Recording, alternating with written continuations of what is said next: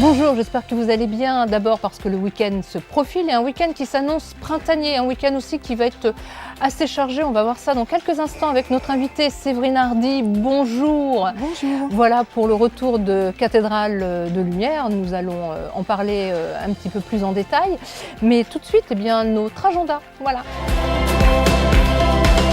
Vous aimez Michel Bussy, ça tombe bien, nous à sortir, on adore l'auteur rouennais. Et Michel Bussy est ce samedi à la bibliothèque Villon à Rouen à partir de 14 h pour nous présenter et dédicacer le second et dernier volet de la BD Mourir sur scène qui est adapté bien sûr de son roman éponyme sorti il y a 10 ans. Alors souvenez-vous, le premier opus a été publié lors du festival de la BD d'Arnétal en septembre et logiquement ce second épisode devait sortir avant l'Armada puisque l'action de ce thriller se déroule pendant l'Armada. Il est question de meurtres tragiques, de marins. Alors j'espère que bien entendu il n'en sera rien la semaine prochaine. Non, Leonardo DiCaprio ne sera pas à Rouen la semaine prochaine ni dans les semaines qui viennent.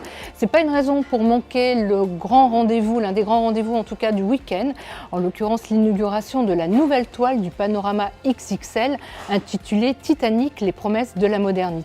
En plus, pour ce week-end inaugural, samedi et dimanche, c'est gratuit. Alors, cette nouvelle toile est l'occasion de faire une plongée virtuelle à 3800 mètres de profondeur pour saisir les détails de l'épave qui a coulé en 1912 dans l'Atlantique Nord. Et on s'en souvient aussi, le Titanic a fait une seule escale en France, c'était à Cherbourg. Allez, si on allait un petit peu danser, et oui, le bal, c'est tendance, que ce soit la musette, le thé dansant ou la bourrée. Eh bien, si vous en doutez encore, rendez-vous mardi 4 juin à la chapelle du collège Fontenelle à Rouen à 20 h pour guincher avec les vibrants des chiffreurs. Un collectif qui remet au goût du jour les danses traditionnelles et autres pas folkloriques, le tout en musique bien entendu, et c'est gratuit. Et maintenant, il est temps de retrouver Séverine pour nous parler de l'un des grands événements à Rouen ce week-end, c'est Cathédrale de Lumière de retour. Allez, vous me suivez. Bonjour Séverine. Bonjour. Bienvenue sur notre plateau. Alors vous êtes la responsable du projet Cathédrale de Lumière au sein de la métropole. Cathédrale de Lumière, c'est devenu le grand rendez-vous annuel estival de Rouen. Ça débute samedi déjà et vous nous réservez une petite surprise, je crois, avec un nouveau spectacle Son et Lumière. De quoi s'agit-il exactement, Séverine ? Oui, effectivement. Donc la métropole a prévu une nouvelle création sur intitulée Les Nouveaux Mondes. C'est essentiellement sur les grandes épopées maritimes.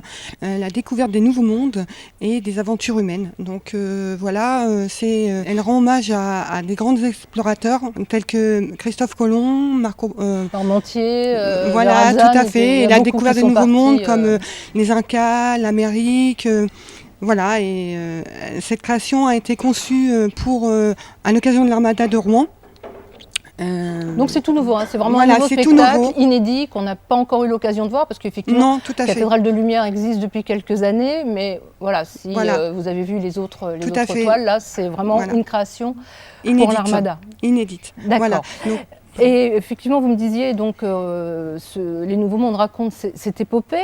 Alors, il y a un autre Son et Lumière également qui est projeté en même temps. Alors, tout à fait. Les épopées maritimes seront projetées avec une création déjà existante sur les Vikings. Donc, c'est sur l'invasion des Vikings en Normandie. Voilà, elle a été diffusée l'année dernière et elle sera diffusée 2 fois en boucle avec la nouvelle création. Comme ça, on peut prendre son temps et puis la revoir une deuxième fois. Voilà, tout à fait. Parce que n'oublions pas que c'est gratuit. Voilà, c'est un spectacle proposé par la métropole et surtout c'est gratuit. Voilà. Et vous nous le disiez, donc Séverine, à partir de samedi 23 h jusqu'au 15 septembre. Voilà. Alors attention aux horaires parce que plus on avance dans la saison, les horaires sont modifiés pour que ce soit toujours à la tombée de la nuit. Exactement. En tout cas, un spectacle familial pour l'Armada. Voilà, donc j'invite tout le monde à venir à découvrir ce spectacle qui, je pense, émerveillera beaucoup. Merci Séverine. Et puis, puisqu'on parle de toile, de projection, de son et lumière, enfin, je fais la petite transition. Maintenant, c'est notre rubrique cinéma. Non, je ne vous ferai pas l'affront de chanter. Mais ces chansons sont un peu la bande-son de notre vie, sa vie à lui, à Elton John en l'occurrence. On la découvre sans phare dans ce biopic que la star produit, Rocketman, du nom de l'un de ses tubes. Derrière la caméra, Dexter Fletcher met en scène un Taron Egerton encensé par la critique à Cannes où le film vient d'être présenté. Pour sa prestation, il faut dire que le jeune acteur ne se contente pas de rentrer dans les costumes à paillettes d'Elton John et de porter ses lunettes abracadabrantesques. Le film raconte comment cette star interplanétaire est née, comment un petit gros ordinaire, c'est lui-même qui se définit comme ça, est devenu voilà, l'artiste que l'on connaît aujourd'hui. Donc c'est Rocketman qu'il faut aller voir cette semaine au cinéma notamment, avant d'aller applaudir Elton John, alors, le vrai en chair et en os, qui sera en tournée en France là en juin prochain. Et comment est-ce qu'un petit gros sorti de nulle part peut devenir une star? Il faut tuer l'homme que tu devais être pour devenir l'homme que t'as toujours voulu être. Je crois que je vais changer de nom et m'appeler Elton. Mais c'est mon nom. Ouais, je sais. Tu pourrais être une star en Amérique si tu voulais. Il faut que tu sortes du lot. Achète-toi un truc qui en jette. T'es sûr que t'arriveras à jouer du piano avec ça? Montre-leur qui tu es. Du spectacle encore cette semaine sur grand écran, mais alors dans un tout autre registre. Godzilla 2, le roi des monstres, et ça ne plaisante pas puisque c'est l'avenir de l'humanité qui est en jeu, depuis que des monstres titanesques menacent de se livrer un combat sans précédent pour dominer la planète. Parmi ces créatures, Ghidorah, un roi à 3 têtes qui crache de la foudre que seul Godzilla est susceptible de battre. Encore faut-il convaincre ce dernier.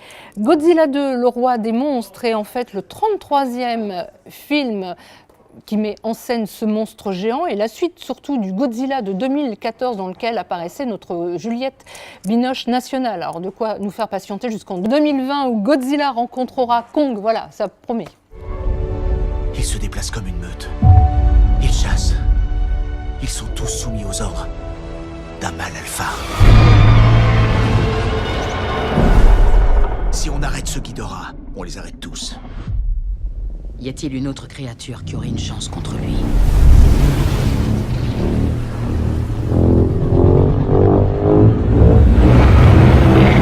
Oh non, Godzilla.